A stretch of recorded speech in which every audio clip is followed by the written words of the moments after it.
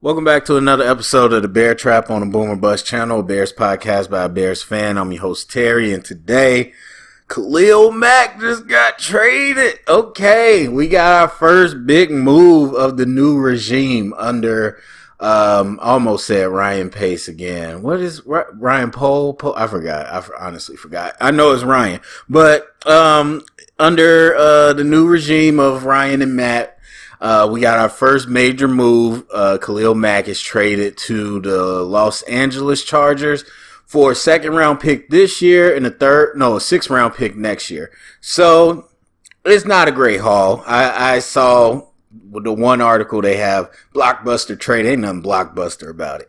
Look, if you've been listening to me in this channel for the last few seasons, or really even since he got here, you know how I felt. Like Khalil Mack, I would still say has tremendous talent, and I don't know him. I ain't met him. I ain't never listened to him talk about it, but for some reason he refuses to pass rush the way he is able to.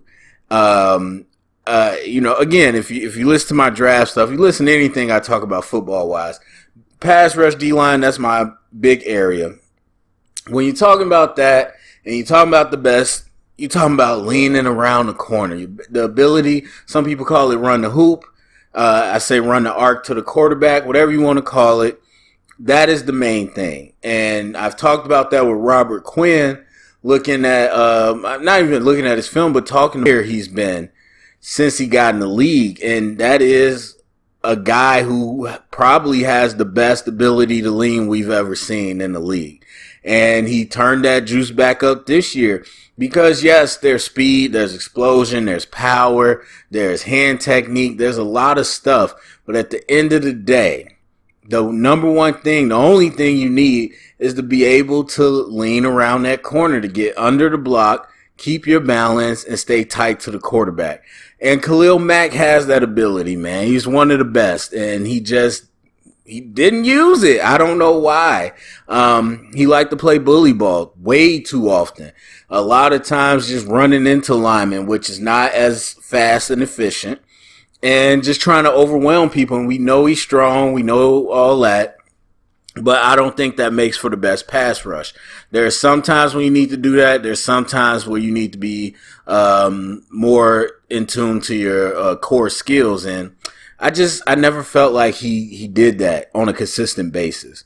On top of that, he just was gassed. I don't know why. I know because the very first game, he was like that, and everybody's always coming off the injury. He didn't have the off season, blah blah blah. But year after year, even if he might have injuries, whatever, year after year, I saw the same thing. Not playing every snap. Hands on his hips on the sideline, gasping for air. And I'm just like, obviously he's athletic in shape, but is he in game shape? Why is he so gassed all the time? And so, yeah, I've had a bittersweet relationship with Khalil Mack, who I loved coming out and I loved in Oakland. But, man, to be honest, I've been disappointed, and I've said that for a while. This isn't a Johnny-come-lately. I've been saying that for a few seasons. And so, yeah, the bill finally came due, as they say, and now they moved out because it might be the contract, it might be Ryan Pohl and them didn't like what his fit was going forward, or they didn't like what they saw on tape. I don't know. I'm sure they'll talk about it, but you come into a team, you want to shake things up, you got to look at the landscape. We got what is it, like number 7 our pick is, and that's to the Giants. And so you look at that, we don't have we've recouped, I wouldn't say recoup, but we're back to having decent draft capital after years of not really having it, spending it on things that honestly I'm not mad that we spent it on. We went for it and we got the pieces we wanted and it just didn't work out. But we're just getting back to having good draft capital. We give up the first round pick to get Justin Fields, and so this is kind of reloading a little bit. Now, I don't really know what the plan is going to be for draft night. Obviously, none of us know. But it'll be interesting to see. Are we getting some ammo to move up to me, I mean, looking at our roster and what we need to do, there's not a ton that I would move up for. There's not really a ton. And so I hope that's not the case. But it might be. And then we're talking about the middle rounds where I think you'll be able to get some good stuff this draft. So we'll see what the plan is, but either way, add in some more ammo. Now, I know there's some people that's going to be like, this is not a haul. And like I said, it's not a blockbuster trade.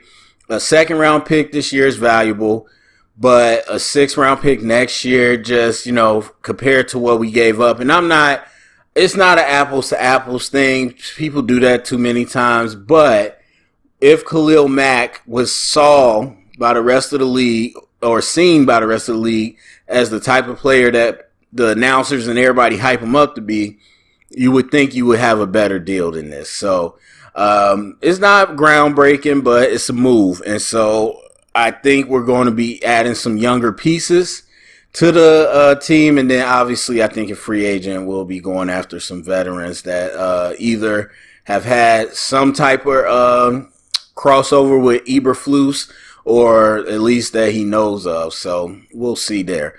But yeah, Khalil Mack, man, he's gone now. He's gone. And I'm not mad at it. I know there's plenty of casual Bears fans that's going to be, oh, one of our best players. He's been so good. Yeah, has he?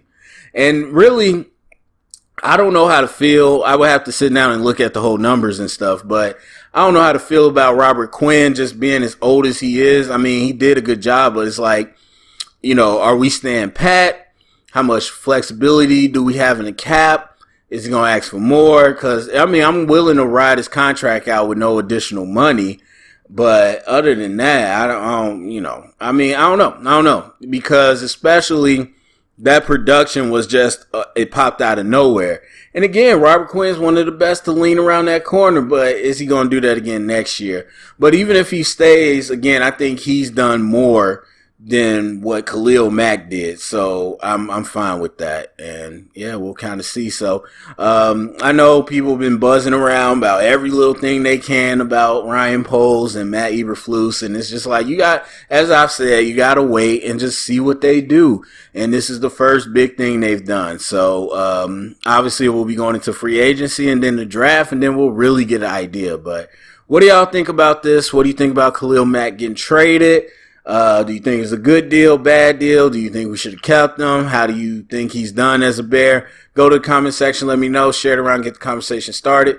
Thumbs up, subscribe, and remember, stay up and bear down.